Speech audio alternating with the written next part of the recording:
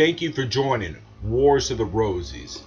And in this video, we're going to be venturing into the New Testament and the birth and the childhood of Jesus. Taken from the Student's Monthly Letter by Manly P. Hall, November 1937. The Secret Doctrine in the Bible, the New Testament. Dear friend, with this letter, we begin the study of the New Testament. The 27 books of the New Testament are concerned principally with the life and teachings of Christ and the ministry of his apostles. The exception to this is the book of Revelation, which derives its inspiration from the metaphysics of the Egyptians. The Old Testament was written in Hebrew and belongs particularly to the tradition of the Jewish people. The New Testament was originally written in Greek, although no manuscripts of the 1st or 2nd centuries AD are known to exist. There was a wholesale destruction of these early manuscripts during and after the Council of Nicaea, AD 325. The gravest doubts exist as to the authorship of the Gospels of the New Testament. The Encyclopedia Britannica acknowledges not only these doubts, but admits that there is no proof of any kind that the Gospels were written by the men whose names have been affixed to them in more recent time. The oldest existing codices of the New Testament reveal considerable change and amendments. As an aside, this letter was written over 80 years ago, and the following statements are even more true today than when they were written then. Now we have an understanding that the King James Version has multiple additions from even earlier manuscripts. The King James Version omits a number of passages of controversial nature, particularly such as would cause doubt to arise concerning the uniqueness or infallibility of the Christian faith. The King James Bible was published first in 1611 under the patronage of James I of England. The actual translations were made by a number of scholars from leading universities. There were elderly men, many of whom died before the book of Psalms was reached. The work was undertaken during the most corrupt period of English education. The principal university records of the time consist of the amount of beer drunk by the student body. There is a story, probably apocryphal, but with a ring of truth about it, that King James' final instructions to the translators was in substance as follows: where the new translations agree with accepted tradition, use them. Where they do not, conform them to the popular tradition.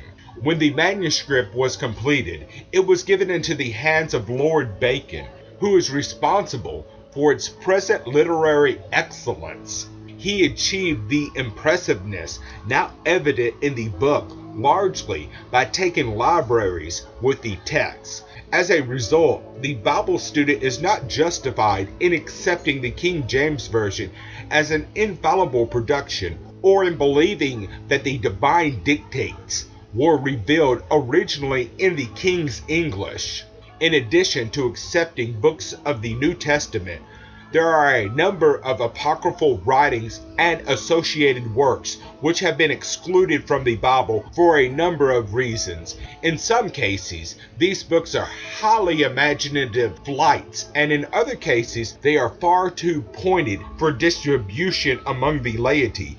Several important variations of the Gospels and Epistles still exist in European libraries, but there seems to be no great haste to translate or edit these codex for general circulation. The most perplexing and comparatively unsolvable mystery with which the Christian theologian is faced is the almost complete lack of historical evidence concerning the life of Christ. If we accept a few palpable forgeries, our knowledge on the life of Christ is based upon the accounts given in the Gospels. It is safe to say that thousands of books dealing with the life of Christ has been published since the invention of printing, but only on rare occasions do the authors attempt a critical scholarship. The Bible itself contains a number of discrepancies on the subject, some of which we shall point out as we proceed. It is not our intention to state that Jesus Christ never lived, but we are forced, in the cause of honesty, to affirm that there is no adequate contemporaneous evidence to support the gospel stories. We feel, therefore, that the true significance of the Gospels lies not in their historical parts, but in their mystical parts. The Jesus of Galilee may or may not have lived, but we agree entirely with St. Paul that this is not of first importance. Rather, it is the Christ in you that is the hope of glory.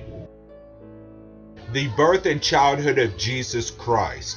The life of Jesus as given in the Gospels is so familiar to every class of reader that it seems unnecessary to summarize this account. We shall devote our space entirely to a consideration of problem and interpretation. There is a great controversy concerning the actual date of birth of Jesus. Herod, Tetrarch of Galilee, died BC 4. This is embarrassing because it is quite evident that he could not have ordered the slaughter of innocents. The account of Joseph and Mary going up to Bethlehem to be registered according to the laws of Rome also is unfortunate.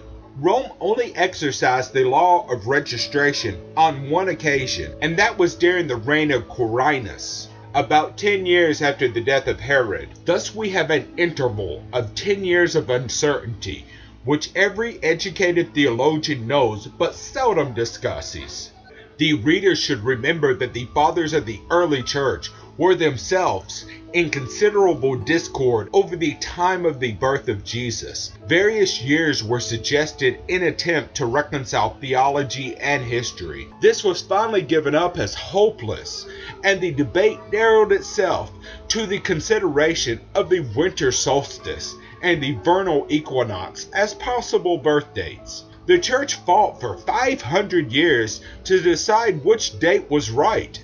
The decision was handed down in the end by the process of balloting. It is evident that the problem was astronomical. Was the sun born at the winter solstice or the vernal equinox? These were the most sacred dates of the pagan world. There is an early Christian system of reckoning by the means of the lunar cycle of 19 years. This is called the epoch. Its calculations are based upon the birth time of Jesus. Tracing back through the epoch, it would appear that Jesus was born at the conjunction of the sun and moon on the 24th of March at 1:30 in the morning at the meridian of Jerusalem. Necessity entered into the problem of commemorating holy days.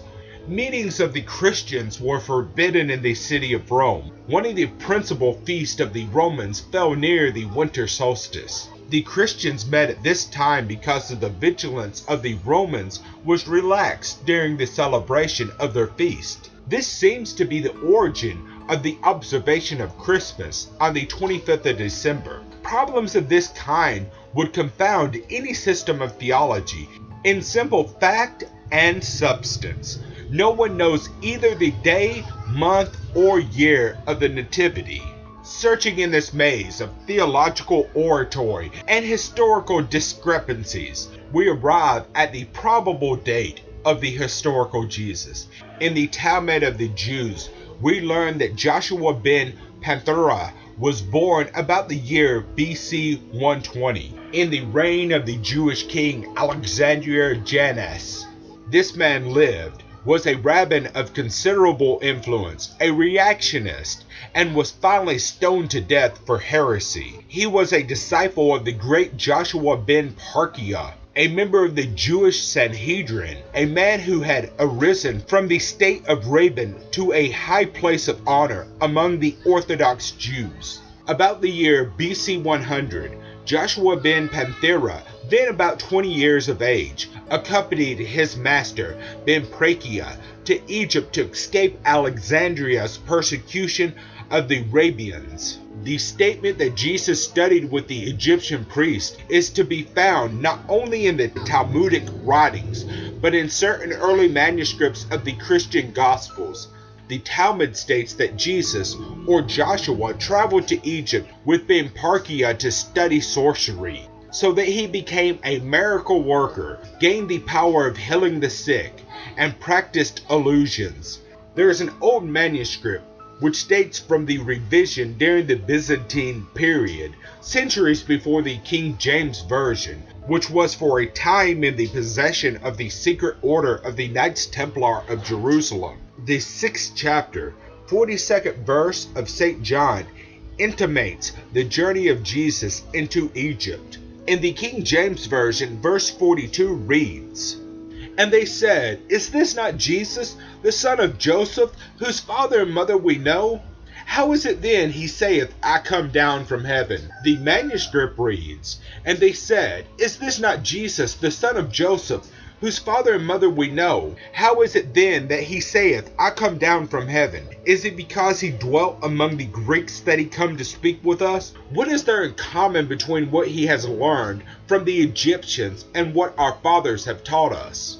By leaving out the last part of this verse, the life of Jesus between his 13th and 30th years has been left empty and mysterious. Also, his connection with the great pagan systems of learning has been withheld from his followers by an unworthy stratagem. In the Talmud, in the Hebrew, gloss upon Ecclesiastes. There is another mention of Joshua or Jesus as follows. "It happened that a serpent bit Eleazar ben Dama, and James, a man of the village Sycana, came to heal him in the name of Joshua ben Panthora." The Talmud adds further, Joshua was bewitched, raised up, and turned Israel away from her father. After their return from Egypt, it appears that Joshua and his master Ben Perkia quarreled, parted, and never met again. In the Talmud, Jesus is called also Ham Messiah as a prefix or forename. It is derived by combining the Egyptian word Ammon and Messiah. It also is said that Joshua, the son of Panthora and Stadia, were stoned to death as a wizard in the city of Lydda, and afterwards his body was hung on a tree. His death occurred about BC 70. The attitudes of the early church fathers may be summarized in the words of two of the proudest pillars of the faith, Tertullian and St. Augustine. Tertullian was one of the three great North African bishops. He is the great authority of the church, unquestioned upon any ground whatever. He is the very stuff from which orthodoxy is made. To quote him, "I maintain that the Son of God died. Well, that is wholly credible, because it is monstrously absurd. I maintain that having been buried, he rose again, and that I take to be absolutely true, because it is manifestly impossible." From this fine example of Tertullian logic, we pass to St. Augustine, who says, "I would never have believed the Gospels unless the authority of the Church had induced me to do it." In the presence of such illustrious company, we feel that our doubts on certain matters are no less reasonable than others. From extensive research, I am convinced that regardless of the historical controversy, our true Christian mysticism lies not in the acceptance of historical facts, but in the inward spiritual perception of certain divine truths. Thank you for watching. Please don't forget to share, like, subscribe, and comment. And please consider helping Wars of the Rosies. We're in desperate need of your help. Links to PayPal and Patreon are in the description. Thank you very much.